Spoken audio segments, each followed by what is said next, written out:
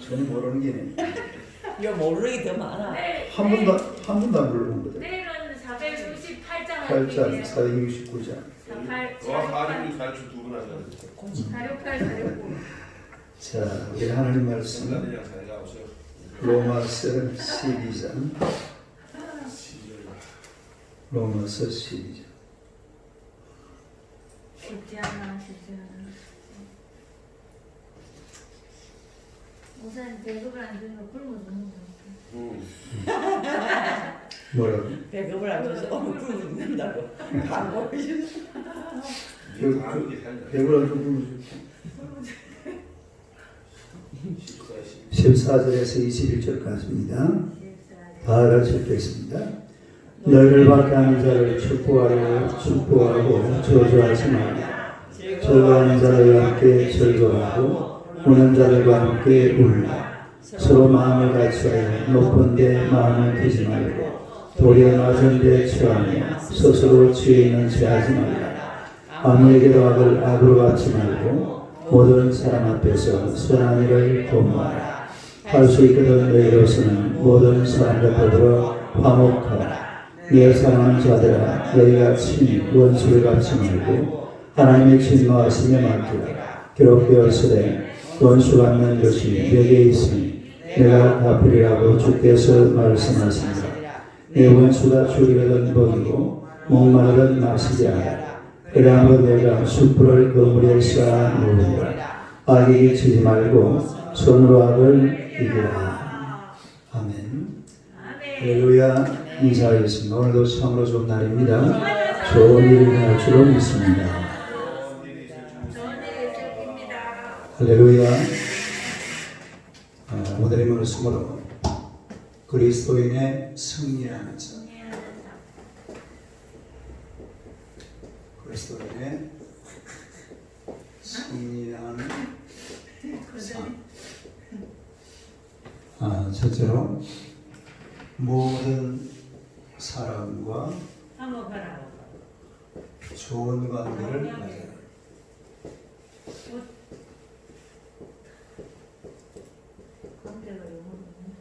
좋은 관계를 가져라. 두 번째는 겸손하라. 겸손하라. 세 번째는 악으로 악을 갚지 마라. 악을 선으로 선으로 악을 이기라.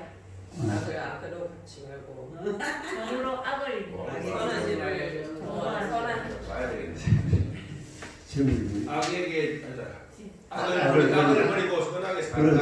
그렇지. 그랬나?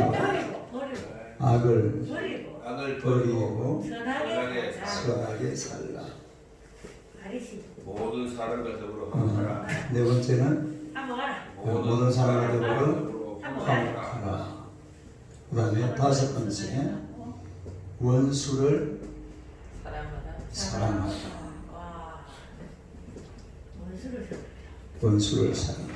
다섯 번째입니다. 우리가 19절 한번 해봅니다. 19절 하늘 시작.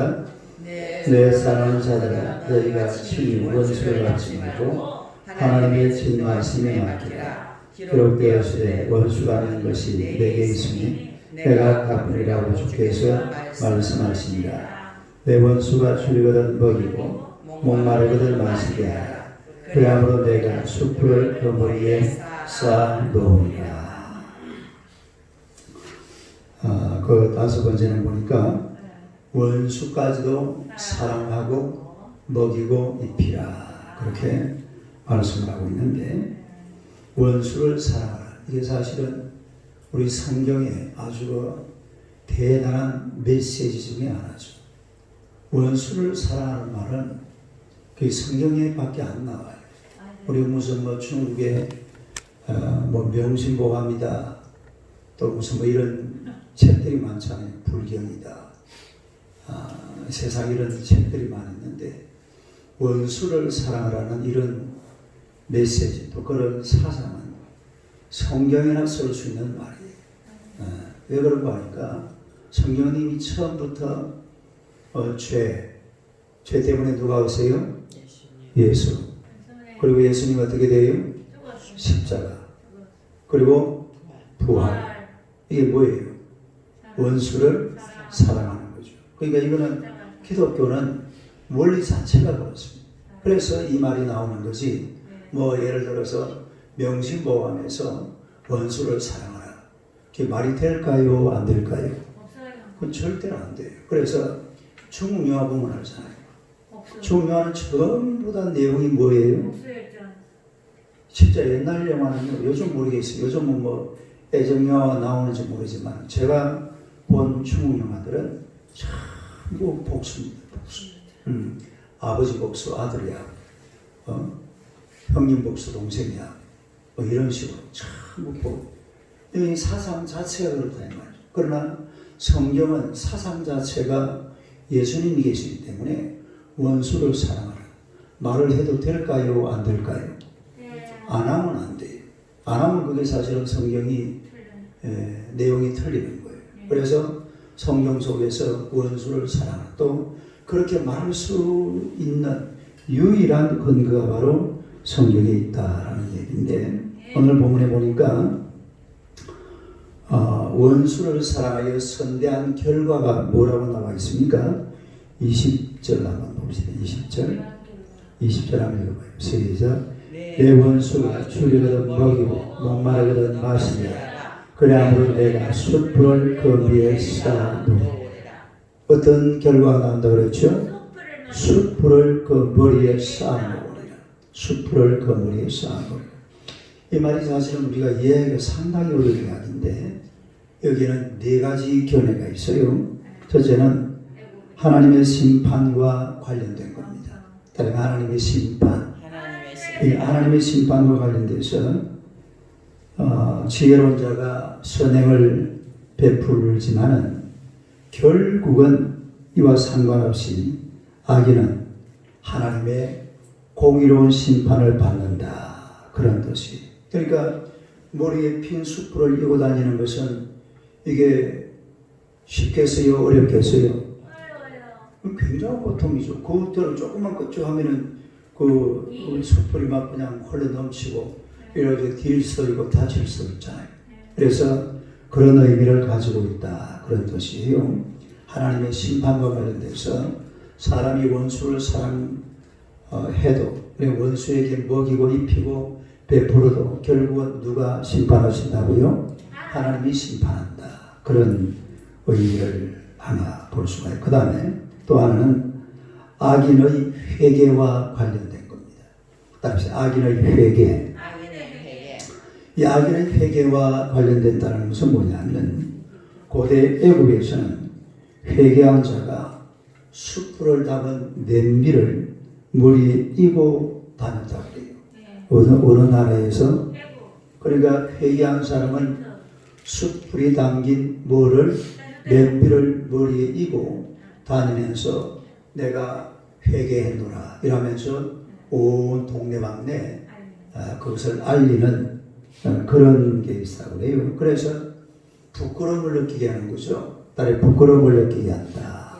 네, 이렇게 부끄러움을 느끼게 하는 그런 케이스가 또 있습니다. 그래서 악인의 회개와 관련해서 숯불을 머리에 이게 하는 것과 같은 거다. 그렇게 말씀을 하고 있고 또 하나는 고통과 관련된 겁니다. 다른 고통과 관련.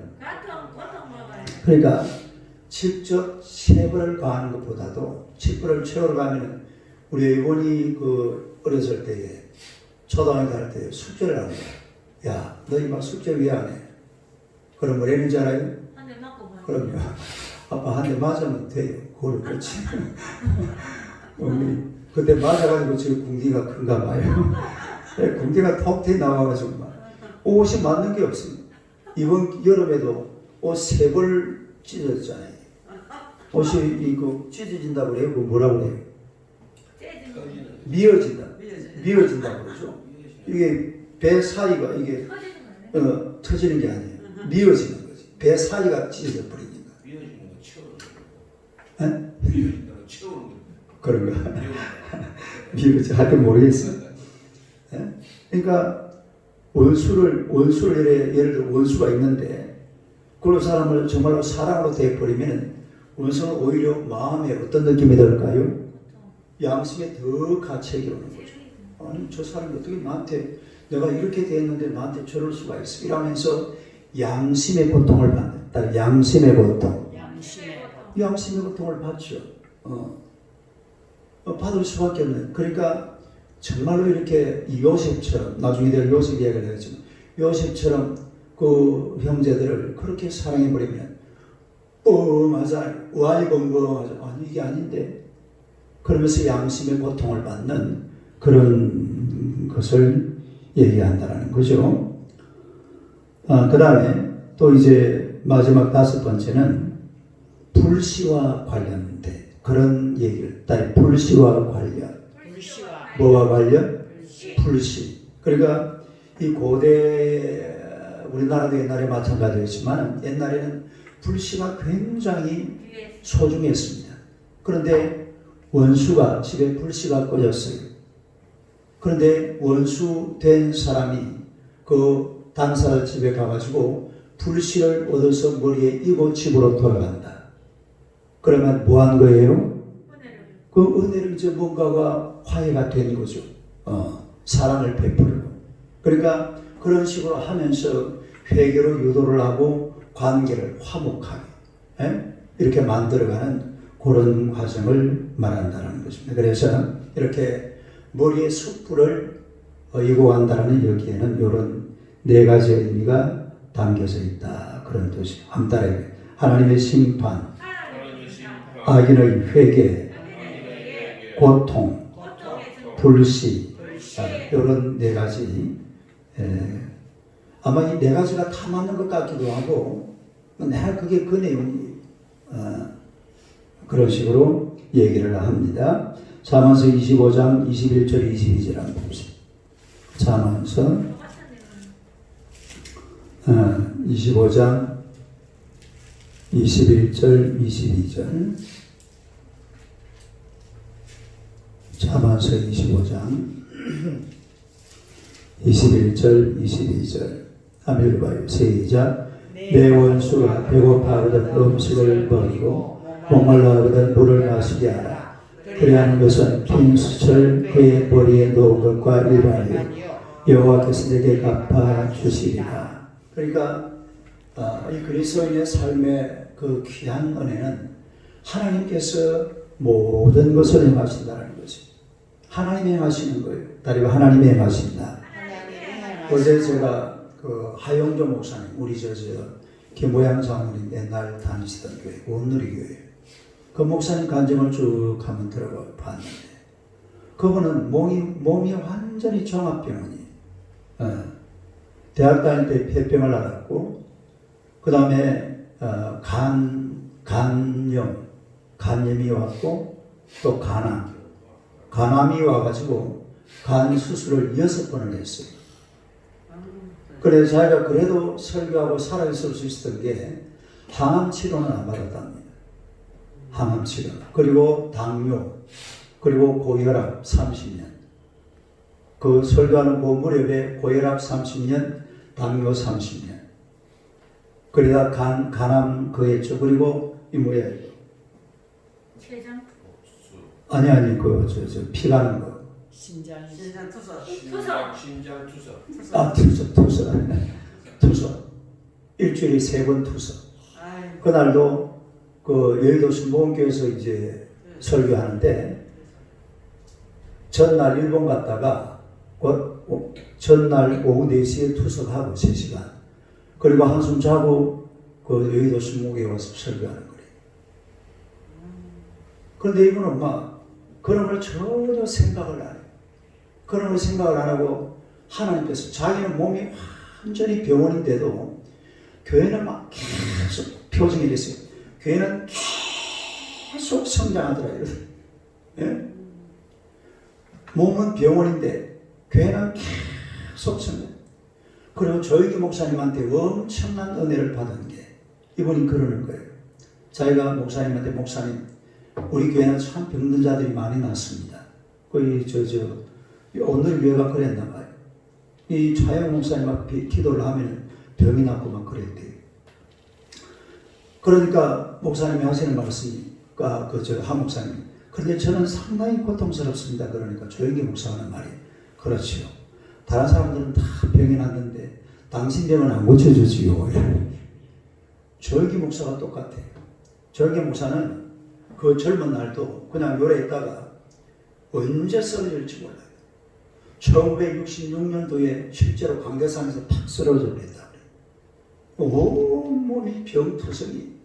그게 하나님께서 인도를 안 하면은 그냥 순간도 목숨을 부지할 수 없는 그런 사람들이. 조영기 목사도 그랬고 또 우리 저 하영조 목사도 마찬가지고 지금요 아직 목회하고 계시는 요 무슨 교회입니까? 윤석정 목사님도 똑같아요. 윤석정 목사님은 제가 옆에서 직접 안 봤는데 의자에 딱 앉아 있으면 옆에 사람이 딱 붙어 있어요. 밥 먹을 때는. 설교할 때는 괜찮아요.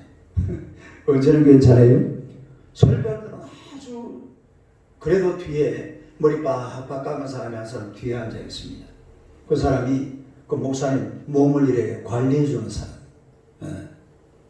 근데 하여튼 그러니까 이 무슨 얘기냐면 하나님께서 하신다 이 말이죠. 그러니까 하나님께서 하신다. 원수가 하는 것도 누가 하셔? 하나님께서 하시는 거예요. 그러니까 내가 할 것이 없어요. 실제로 우리가 이 세상을 살아가면서 이렇게 원수를 사랑하고 원수를 먹이고 원수를 입히고 서로 화목을 위해서 하나님의 나라를 위해서 이렇게 살아가면 그 나머지 모든 것은 하나님께서 해결하시고 책임지시는 줄로 믿습니다. 이게 하나님의 원리. 따라가 하나님의 원리. 하나님의 원리는 여기에서 벗어나지 않습니다. 정말로 이 하나님의 말씀대로 우리가 그대로 하면은 이게 말씀 그대로 이루어지게 될 줄로 믿습니다. 독일의 그 신학자 가운데 드레르마른이라는 이런 신학자가 있는데 이분은 심리학자고 그 신학자인데 바울의 심리를 가만히 분석을 해보니까 바울이 언제 변화되었느냐? 바울이 언제 변화되었을까요? 사도행전 9장에 바울이 변화되잖아요. 다메섹 도상 가다가 바울이 변화되죠. 그런데 이 디베리만이 성경을 연구하고 심리학적으로 바울을 분석해 보니까 바울이 그때 변한 게 아니고 바울이 사실은 그 앞에 한번 등장하죠. 어디서 등장합니까? 7장에 스데반이 뭐 할 때에 죽을 때 돌멩이 맞을 때에 그때 사실은 돌 때리는 사람들을 앞에서 리드한 사람이 누굽니까? 그 사람이 사도 바울이거든요. 그런데 이분이 스데반 집사가 마지막 죽으면서 뭐라고 그랬어요? 주여 저들의 죄를 용서하여 주옵소서. 저들이 알지 못하고 행하나이다. 그 모습을 누가 지켜보고 있습니까 지금? 바울이 지켜보고 있는 거예요. 그래서 바울이 언제 변했느냐? 바로 스데반 집사가 죽을 때에 바울은 이미 변화되었다. 이렇게 그 심리학적으로 바울에 대해서 분석하는 그런 얘기가 있습니다. 그러니까 역시 바울, 스데반 집사는 원수를 사랑하는 거죠. 원수를 사랑하라. 자기를 죽이는 그 대표자 그 사람 앞에서 그 많은 군중들 정말 돌멩이를 가지고 야 근데요 돌 때려서 사람 죽이는 거요. 그 실제로 인터넷에서 한번 봤는데 그 돌 맞는 사람 그 정말 그 보통이 아니에요. 돌이 뭐 어디로 날라올지도 몰라요. 그냥 그 날라오더라고. 저 이슬람에는 그런 게 많거든요. 이슬람에서 나온 그런 영상이 인터넷에 어디 보니까 하나 있더라고. 근데 막 돌을 막 때려요. 그 막 머리가 깨지고 막 몸이 터지고. 스데반지가 그래 죽으면서도 그 사람들을 용서하고 그리고 자신의 영혼을 하나님께 부탁하는 그런 장면이 나오잖아요. 또 우리가 이 성경에 보면은 요셉이라는 사람, 따라서 요셉도 마찬가지로 형님들에 의해서 애굽의 노예로 팔려갔습니다. 노예로 팔려가서 거기서 뭐가 됐죠? 국무총리가 되잖아요. 국무총리가 돼가지고서 그리고 아버지가 이제 오게 되고 형님들 오게 되는데 이 요셉이 형님들을 만나자마자 하는 이야기가 창세기 45장 5절 한번 보겠습니다. 창세기 45장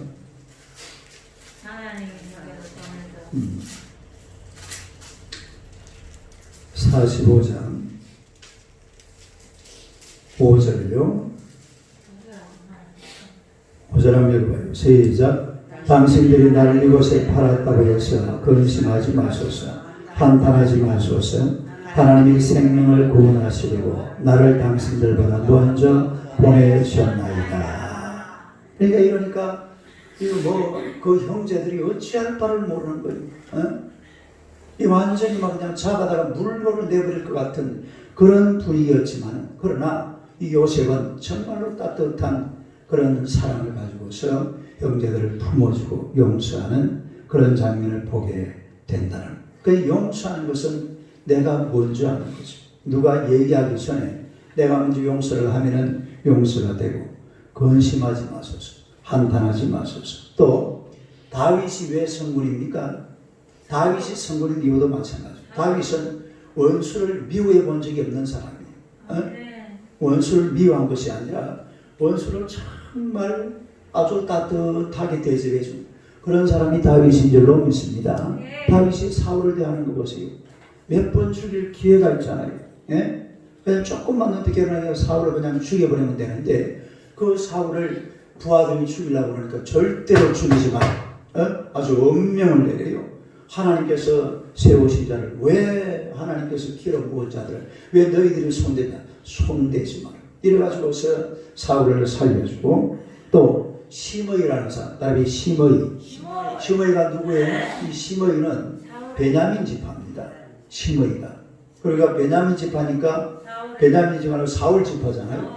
그러니까 사울을 갖다가 죽이고 다윗이 왕이 돼서 압살롬한테 쫓겨가다가 시므이를 만나거든요. 그런데 이 시므이가 뭐라고 그랬어요?